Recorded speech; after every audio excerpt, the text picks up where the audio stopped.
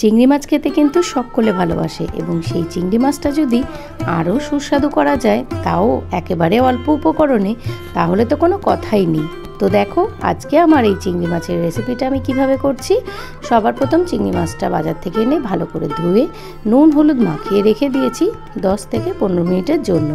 এই রান্নার জন্য একটা মিক্সার গ্রাইন্ডারে আমি 1.5 চামচ মতন পোস্ত নিয়ে নিয়েছি। যদিও এটা টেবিল স্পুন, তো আমি 1 চামচ ভর্তি নিয়েছি আর 1 চামচ অর্ধেক নিয়েছি।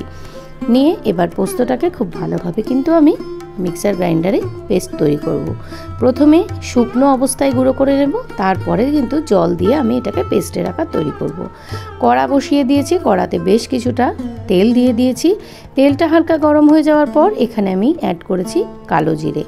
ফোড়নটা কয়েক সেকেন্ড একটু ভাজা হয়ে যাওয়ার পর চিংড়ি মাছগুলো আমি দিয়ে দিলাম। গ্যাসের ফ্লেম কিন্তু একদম কমিয়ে রাখতে হবে। চিংড়ি মাছ যদি বেশি হাই ফ্লেমে ভাজা হয় সেই চিংড়ি মাছ কিন্তু ছিবড়া হয়ে যায়, মোটেই কিন্তু ভালো লাগে না। তো এই পুরো সেটটা আমি 15 to 20 সেকেন্ডের মধ্যে কিন্তু জিনিসটাকে হালকা গ্যাসের আঁচ কমিয়ে ভেজে তুলে নেব। তো চিংড়ি মাছটা বেশি যদি ভাজা হয় ছিবড়া টাইপের হয়ে যায়, যে কারণে কিন্তু আঁচ কমিয়েই চিংড়ি মাছটা রান্না করতে হয়। মাছটা থেকে যে দেখতে পাচ্ছ অনেকটা জল বেরিয়েছে, সেই জলটা কিন্তু গ্যাসের আঁচ বাড়িয়ে আমরা শুকাবো না, এই জলটা থাকবে। তো দেখো মাছটাকে আমাদের 15 সেকেন্ড পর আমরা কিন্তু সম্পূর্ণ মাছটা তুলে নিচ্ছি।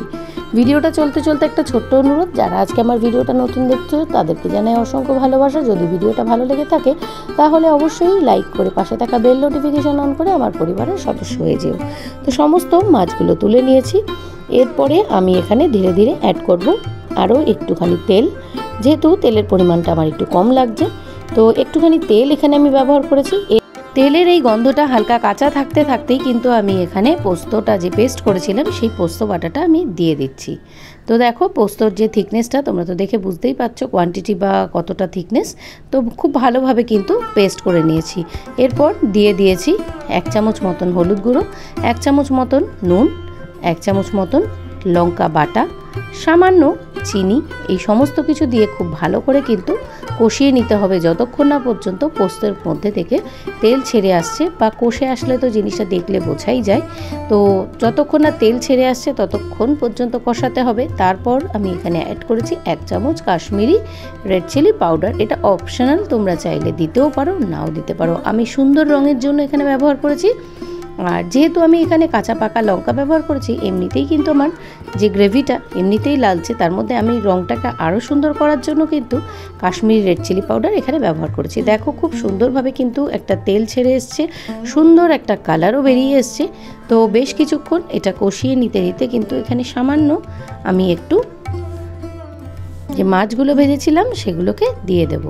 তো দেখো এখানে মাছগুলোকেও দিয়ে দিচ্ছি এবং মাছগুলো থেকে যে জলটা বেরিয়েছে সেই সম্পূর্ণ দিয়ে আমি কিন্তু একটু কষিয়ে নেব। তো আমরা এখন জল দিচ্ছি না, একটু সুন্দরভাবে কষিয়ে নিয়ে তারপর মিক্সার গ্রাইন্ডারের যে জলটা ছিল সেই জলটাই এখানে দিয়েছি। এরপর কিন্তু আরও সুন্দর করে এই মশলার সাথে জিনিসটাকে একটু কষিয়ে নিতে হবে। এই রকম চিংড়ি মাছের রেসিপি যদি হয় তাহলে কিন্তু একদম 1 থালা ভাত কিন্তু খাওয়া হয়ে যায়। তো এই রকম মাছ হলে কিন্তু কোনো রকম কোনো কিছু লাগে না, এটুকু কথা দিতে পারি। অসম্ভব সুস্বাদু হয় এই চিংড়ি মাছ। তো দেখো আমার এখানে মনে হলো যে একটু গ্রেভির পরিমাণ বাড়াতে হবে, তো সেই জন্য কিন্তু আমি আরও সামান্য একটু জলের ব্যবহার করেছি এখানে। তো এরপর সমস্ত কিছু দিয়ে খুব সুন্দর করে কিন্তু আমি এই মাছটাকে কুক হতে দেব 5 থেকে 10 মিনিটের জন্য।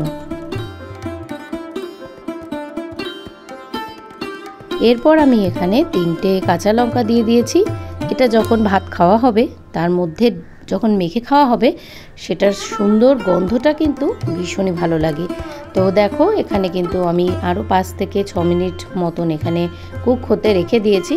তো মাছটা কিন্তু আমাদের পুরোপুরি তৈরি, দেখে তো বুঝতেই পারছো সুন্দর তেল এসে গেছে একটা ওপর থেকে। মাছটাও কিন্তু পুরোপুরি ভালোভাবে সেদ্ধ হয়ে গেছে। আমার আজকের এই চিংড়ি মাছের রেসিপিটা তোমাদের কেমন লেগেছে অবশ্যই কিন্তু কমেন্টের মাধ্যমে জানিও। তো চলো আজকের মতো টাটা, সকলে ভালো থেকো। গরম গরম ভাতের সাথে এরকম সুন্দর চিংড়ি মাছ চলো পরিবেশন করে নেওয়া যাক, আর সুন্দর করে জমিয়ে 1 থালা ভাত শেষ করে দেওয়া যাক। তো কেমন হয়েছে অবশ্যই কমেন্টের মাধ্যমে জানাবে। ততক্ষণ পর্যন্ত সকলে ভালো থেকো, সুস্থ থেকো। আবার আসবো পরবর্তীতে কোনো নতুন রেসিপি ভিডিওর সাথে। টাটা।